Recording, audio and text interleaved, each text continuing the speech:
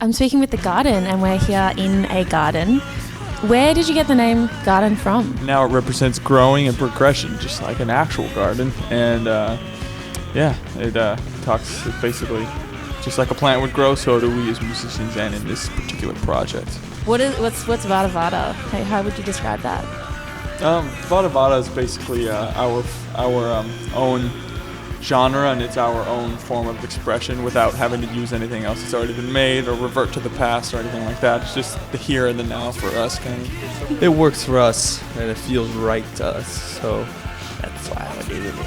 I also have to ask you about your style or your kind of fashion philosophy. So I did read that you walked for Yves Saint Laurent in 2013, was it? How did that come about? Because that is pretty awesome.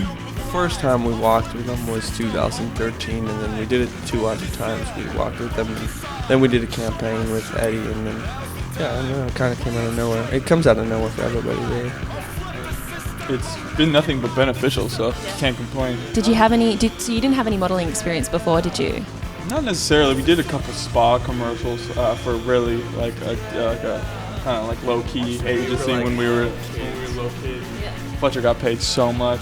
Did you like it? Could you see yourself going down that kind of modeling path, or even more into?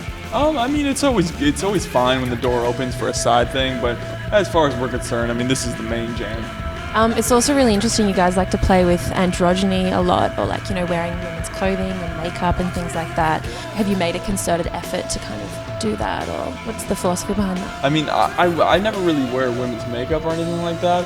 I'll of course wear earrings. I'll of course get mistaken for a girl, by little kids and stuff like that all the time.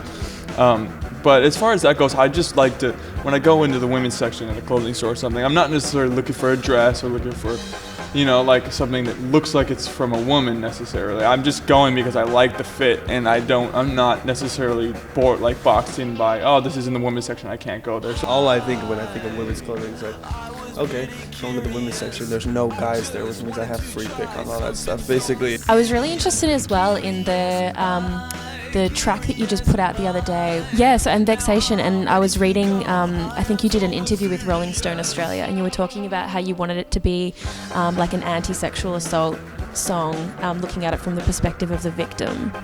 Being surrounded by people who have had a lot of experiences with that kind of thing, and just being angered by it. There's a lot of stuff going on in the world, especially, not even just in like Western countries and stuff like that, where so much of that goes on like a daily basis that nobody even really recognizes. You say that the stage isn't your own, and you like the idea of people coming up on stage, or you welcome that kind of interaction with the crowd. Have you always kind of had that live philosophy, I guess? We enjoy having people on the stage. We've been stage diving since we were young, so we like that. As long as they're not destroying the equipment, which happens from time to time, and staying their welcome kind of in a way, if you know what I mean. Yeah, I like it. I welcome it and encourage it.